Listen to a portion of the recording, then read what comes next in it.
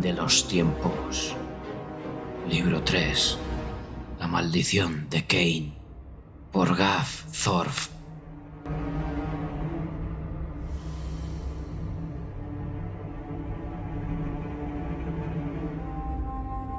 Capítulo 15.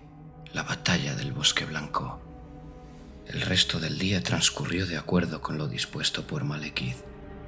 Centenares de sombras, cada uno de ellos capaz de rivalizar con cualquier doncella lancera o cazador craciano, barrieron el bosque.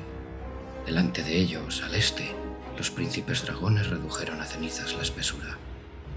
El fuego de los dragones calcinaron las laderas y acabaron con cientos de bestias, grandes y pequeñas, pero no se halló ni un solo cadáver de elfo entre los restos carbonizados. Cayó la noche, pero la oscuridad jamás envolvió el Bosque Blanco.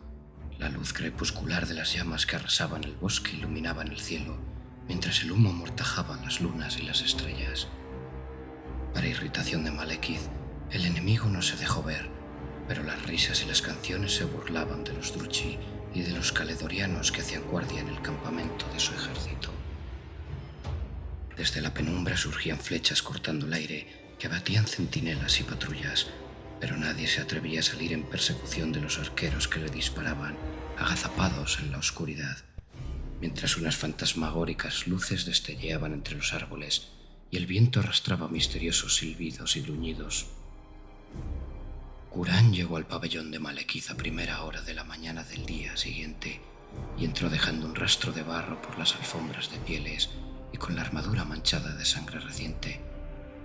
Se postró con una rodilla apoyada en el suelo frente al trono del rey brujo, con muerte carmesí tendida ante él como en ofrenda a Malekith.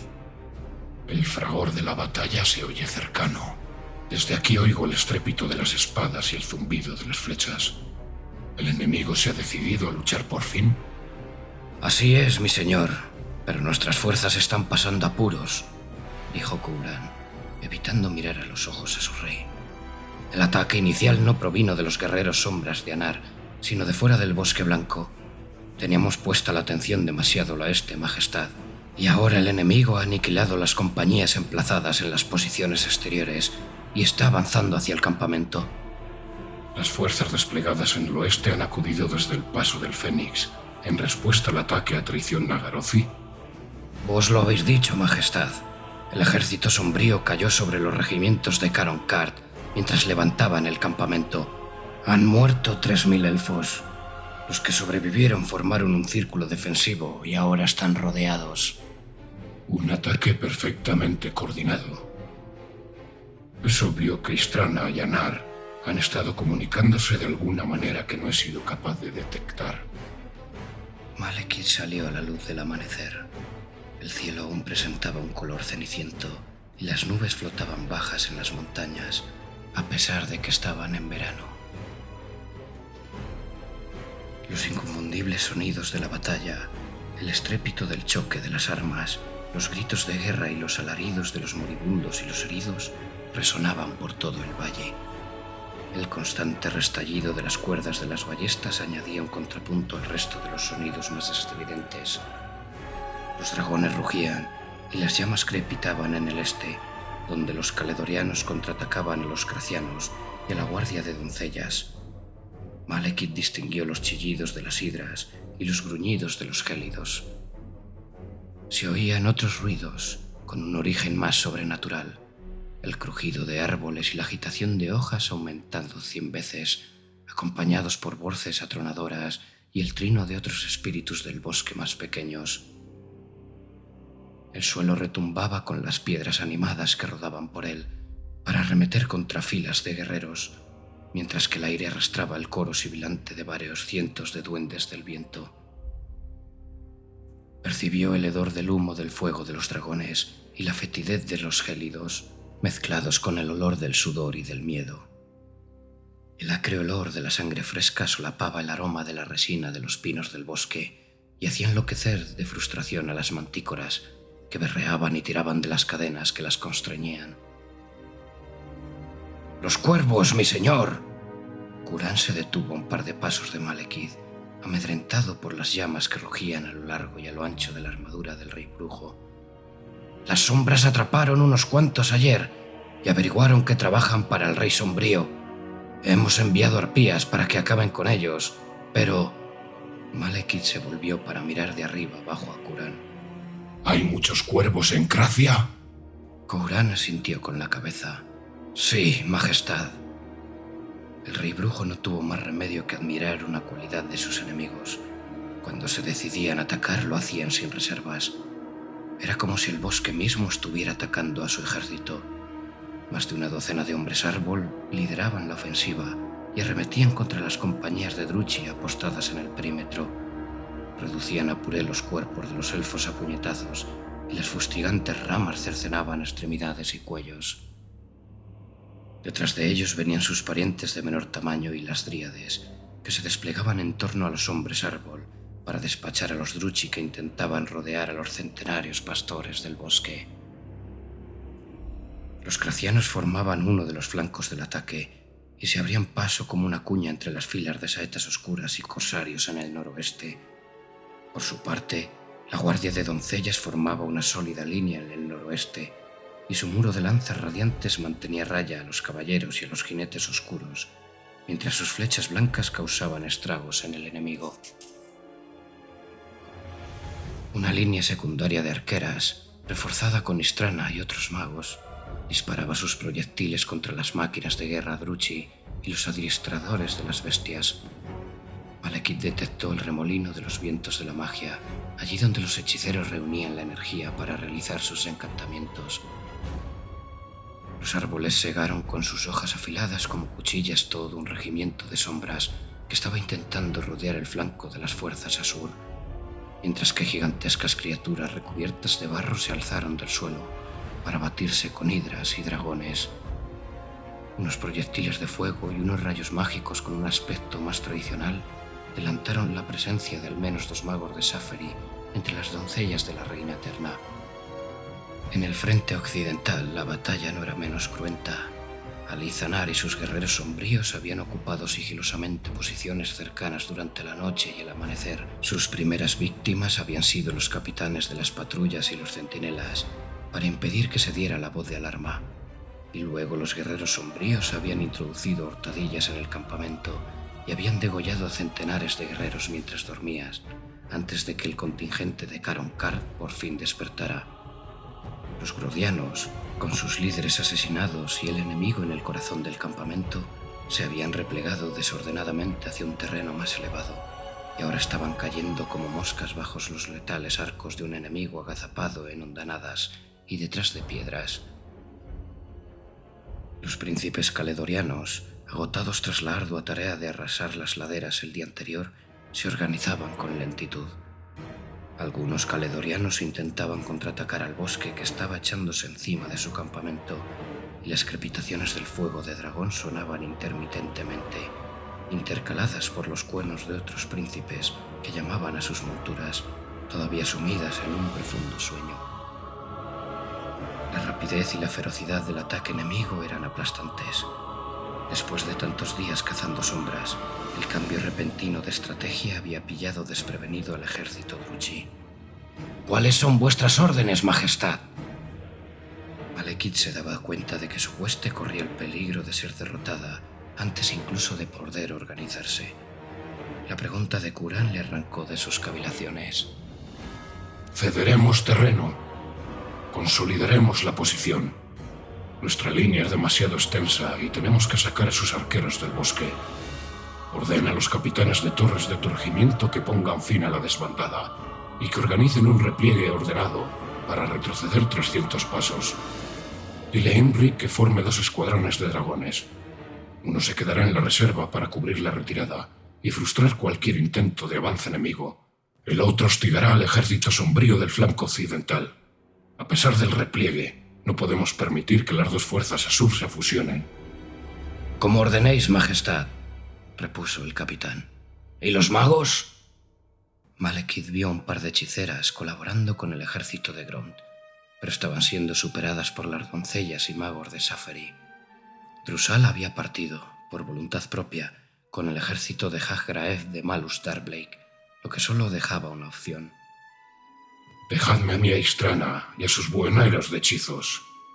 Antes de que Malekith pudiera añadir nada más, apareció una elfa en armadura, con el yelmo abollado y el peto de la armadura llena de marcas y de arañazos de lanzas. El astil partido de una flecha sobresalía de uno de sus hombros. Dejó clavada el hacha en un tocón de un árbol y enfiló hacia ellos desarmada. Qhuran dio un paso hacia ella con muerte carmesí levantada. Se llamaba Aravena y solo llevaba 2 días al mando de la hueste de Clarcaron. «Mis más sinceras disculpas, Majestad», dijo la elfa, haciendo una reverencia ante Malekith. «Esperábamos que el ejército de Anar atacara primero, pues estaba mejor posicionado para hacerlo. Lamento que hayamos caído en la trampa del enemigo». ¿Crees que fue un error cambiar la orientación de nuestras fuerzas y desplegarlas hacia el oeste?, preguntó Malekith, con toda la atención puesta en la recién ascendida comandante. Ella evitó mirarlo a los ojos y dejó caer los hombros. «Después de ver lo que ha pasado, creo que sí». Yo di la orden del cambio, Lady Aravena. ¿Crees que me he dejado engañar por una estúpida amante de los árboles de la Reina Eterna y una pandilla de cazadores ignorantes? Yo... Aravena miró a Qhuran en busca de apoyo, o quizás de una muerte rápida, pero el capitán no le dio ninguna de las 2 cosas. En cambio se encogió de hombros con indiferencia. «Responde a tu rey, Lady Aravena», dijo Qhuran. Apretó los dedos en torno a muerte carmesí. «Sé breve y concisa». «No había una decisión correcta, Majestad», dijo la comandante de una manera tan atropellada que apenas se la entendía. «Nadie podía saber que el bosque atacaría primero, y no prestar atención a las fuerzas de Anar habría sido un error. Además, teniendo en cuenta lo que sabemos sobre el odio que nos tienen los guerreros sombríos, habría sido lógico concluir que querrían ser los primeros en verter nuestra sangre y que una doncella de la Reina Eterna detestaría entrar en batalla». Cuando Aravena hizo una pausa para tomar aire, Malekith levantó una mano para impedirle retomar la palabra. Me duele que tengas tan poca fe en mi capacidad como tu comandante militar. Vuelve con tu ejército y prepárate para el contraataque. El enemigo es mucho más estúpido de lo que esperaba. «¿Majestad?» Aravena apretó los dientes, conteniendo las lágrimas al mismo tiempo que también trataba de refrenar la sonrisa de alivio que se esbozaba en sus labios. «No lo entiendo». Debilité deliberadamente las defensas en el flanco oriental para atraer al enemigo y animarlo a lanzar un ataque abierto. Han renunciado a todas sus ventajas naturales y estratégicas para enfrentarse con nosotros en una batalla campal. Y ahora los castigaremos por su carencia de astucia militar. No imagino a Istrana dando la orden de atacar. Ha debido hacerlo algún príncipe graciano que va a quedar en ridículo. Anar se ha visto obligado a participar para apoyar la acción, aunque estoy convencido de que habría preferido 1000 veces más matarnos de uno en uno, sin dejarse ver en ningún momento. Ahora tenemos que aplastarlos antes de que se den cuenta del error que han cometido al atacarnos. «Como ordenéis, Majestad», repuso Aravena, que titubeó un momento con la mirada fija en el rey brujo. ¿Alguna pregunta? «¿Cómo detendremos al enemigo simplemente replegándolos en el bosque, Majestad? No quisiera fallaros de nuevo». Eso no es problema tuyo. Ten en esa cuestión la confianza que no tuviste en mi estrategia superior. «Sí, Majestad. Tengo otra duda». Estás poniendo a prueba mi paciencia, pero la idea de pasar por el acero a estos desgraciados atempera mi ira. Así que formula tu pregunta.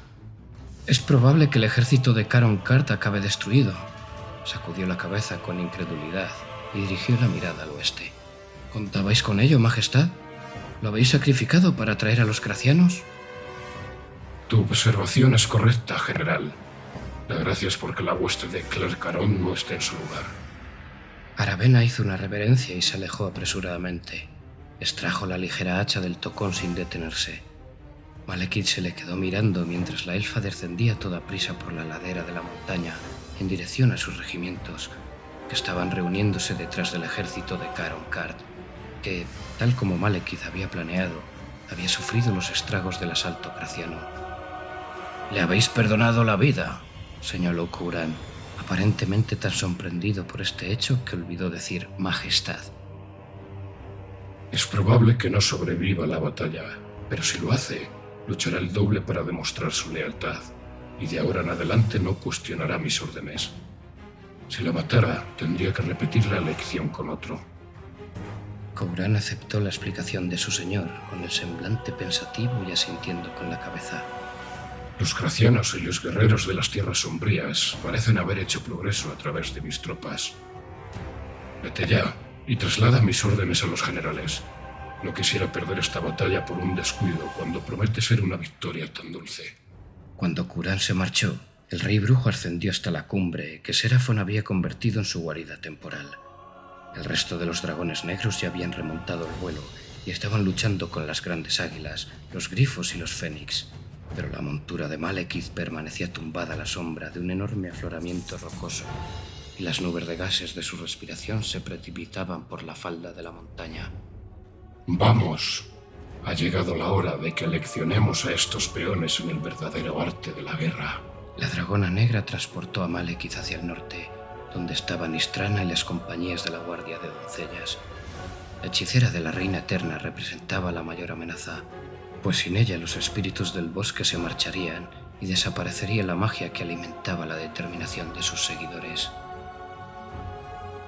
Mientras escudriñaba el bosque, Malekith notó un golpe en la armadura. Se volvió para echar un vistazo atrás mientras Serafon viraba hacia la izquierda y una flecha salió rebotada de su hombro. 3 grandes águilas ascendían directamente hacia él, cada una de ellas montada por un príncipe elfo que lo apuntaba con sus arcos. Otro aluvión de flechas voló hacia el rey brujo, y los proyectiles salieron rechazados, chispeando de las escamas de la dragona y del peto de su armadura. Malekith ya se disponía a dejar atrás a sus atacantes, cuyas flechas eran inofensivas para él, cuando sintió un pinchazo en el brazo. La punta de una flecha que brillaba con energía dorada le había perforado la armadura. Otro proyectil mágico pasó de largo tras dejarle una marca oscura en el costado del yelmo, a apenas un dedo de la garganta.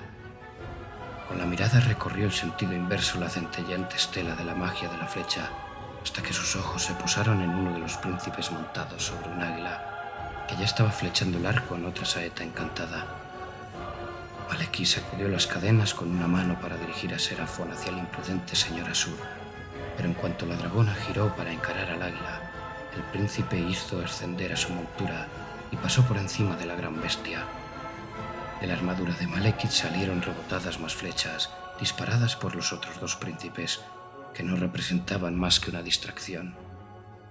Un nuevo proyectil mágico surcó el cielo en dirección a Malekith, dejando una estela dorada, mientras Serafon intentaba girar para perseguir a las mucho más ágiles águilas, agitando con rabia la cola.